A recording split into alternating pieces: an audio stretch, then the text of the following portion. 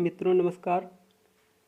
इस वीडियो में संस्कृत व्याकरण प्रवेशिका से समास प्रकरण को पढ़ेंगे जो टीजीटी, पीजीटी आदि परीक्षाओं के लिए महत्वपूर्ण है। तो आइए वीडियो को शुरू करते हैं। देखते हैं समास प्रकरण। समास प्रकरण इसमें है कि समास शब्द बना किससे है। सम उपसर्ग पूर्वक अस धातु में घय प्रत्यय लगा करके समास बना है। समास इसकी संस्कृत परिभाषा है सम सनम समासः, अर्थात संक्षेप को समास कहते हैं। दो या दो से अधिक पदों को मिलाकर एक पद कर देना समास कहलाता है। समास शब्द सम उपसर्ग पूर्वक अस धातु में घय प्रत्यय लगाने से बना है।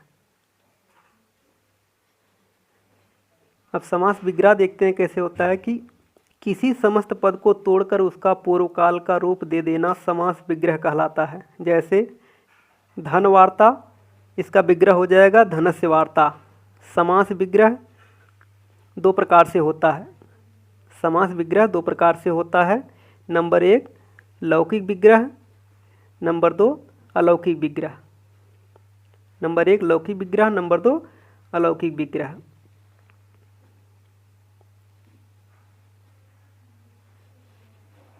जिसका लोक जनसाधारण में प्रयोग होता है उसे लौकिक विग्रह कहते हैं। जैसे राजपुरुषः राज्ञः पुरुषः। जिसका लोक में प्रयोग नहीं होता है उसे अलौकिक विग्रह कहते हैं। जैसे राजपुरुषः का राजन ङस पुरुषसु। समास के भेद समास के मुख्यतः चार भेद हैं। समास के मुख्यतः चार भेद हैं। संस्कृत व्याकरण प्रवेशिका में समास के चार भेद बताए गए हैं। बाबूराम सक्सेना कृत संस्कृत व्याकरण प्रवेशिका में समास के चार भेद बताए गए हैं। अव्ययी भाव, तत्पुरुष, द्वंद्व, बहुव्रीहि। अब तत्पुरुष के दो भेद होते हैं, व्यधिकरण, समानाधिकरण। जो समानाधिकरण है उसको कर्मधारय कहते हैं और कर्मधारय समास का भेद द्विगु समास होता है। अब नंबर एक इसमें आता है अव्ययी भाव समास। अव्ययी भाव समास, अव्ययी भाव शब्द का अर्थ है जो अव्यय नहीं था उसका अव्यय हो जाना। अव्ययी भाव समास में प्रायः दो पद रहते हैं। इनमें से प्रथम प्रायः अव्यय और दूसरा संज्ञा शब्द, दोनों मिलकर अव्यय हो जाते हैं।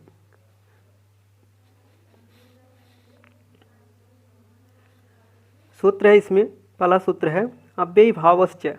इस सूत्र के अनुसार अव्ययी भाव समास नपुंसक लिंग में होता है। अव्ययी भावश्च सूत्र के अनुसार अव्ययी भाव समास नपुंसक लिंग में होता है। जैसे यथा कामम कामम अनतिक्रम्य इति यथा कामम। यथा शक्ति शक्तिम अनतिक्रम्य इति यथा शक्ति। अंतर्गिरि गिरिश इति उपगंगम गंगायाः समीपे। प्रत्यहम अह प्रति। अगला सूत्र है ह्रस्वो नपुंसके प्रातिपदिकस्य। सूत्रानुसार दूसरे शब्द का अंतिम वर्ण दीर्घ रहे तो ह्रस्व कर दिया जाता है। यदि अंत में ए आए हो तो उसके स्थान में ई, और यदि ओ आओ हो तो उसके स्थान में ऊ हो जाता है। जैसे उपगंगा, अब यहाँ गंगा दूसरा पद है तो गंगा में आ, अंत में आ है तो उसको ह्रस्व कर दिया जाएगा, हो जाएगा उपगंग। इसको नपुंसक लिंग एक वचन में नित्य रखते हैं इसलिए इसका हो जाएगा उपगंगम। उपनदी नद्या समीपे, उपनदी हो जाएगा। उपबधु बध्वा समीपे, उपबधु। उपगो गोह समीपे, उपगु। उपनव नावह समीपे, उपन।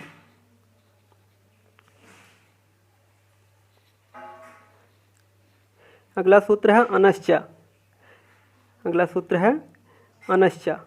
जिन संज्ञाओं के अंत में अन हो तो उनमें टच प्रत्यय का आ जुड़ जाता है। नस्त द्वितीय से अन टी संज्ञा होने से लोप होने के बाद टच अप्रत्यय पुल्लिंग एवं स्त्रीलिंग में नित्य एवं नपुंसक लिंग में विकल्प से जुड़ता है।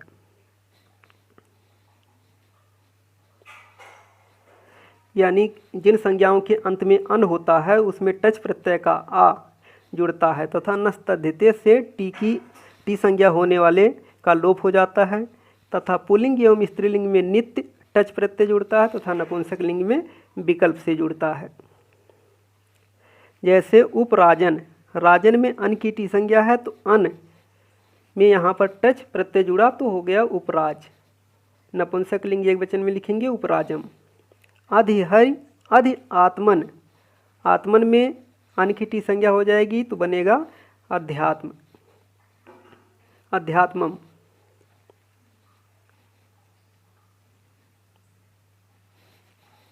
उपसीमन, सीमन शब्द में अन की टी संज्ञा हो जाएगी, टच प्रत्यय जुड़ेगा उपसीम, नपुंसक लिंग में रहेगा उपसीमम हो जाएगा। उपचर्मन, चर्मणः समीपे, टच प्रत्यय जुड़ेगा चर्म में उपचर्म, नपुंसक लिंग एक वचन में हो जाएगा उपचर्मम।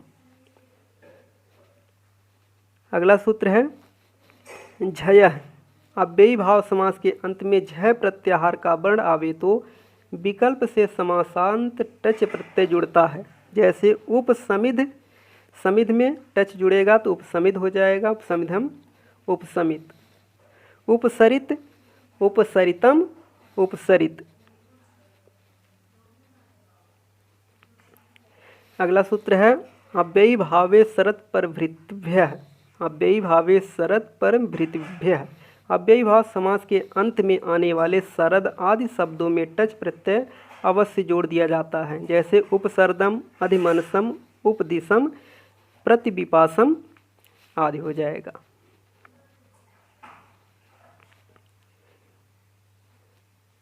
अगला सूत्र है नदी पौर्णमास्याग्रहायणीभ्यः। नदी पौर्णमास्याग्रहायणीभ्यः। नदी पौर्णमासी तथा आग्रहायणी शब्दों के अव्ययी भाव समास के अंत में आने पर विकल्प से टच प्रत्यय जुड़ता है। यानी नदी पौर्णमासी आग्रहायणी शब्दों के अव्ययी भाव समास के अंत में आने पर विकल्प से टच प्रत्यय जुड़ता है। जैसे उपनदी, उपनद, उपनदम, उपपौर्णमासी, उपपौर्णमासी, उपपौर्णमासम, उप आग्रहायणी, उपाग्रहायणी, उपाग्रहायणम।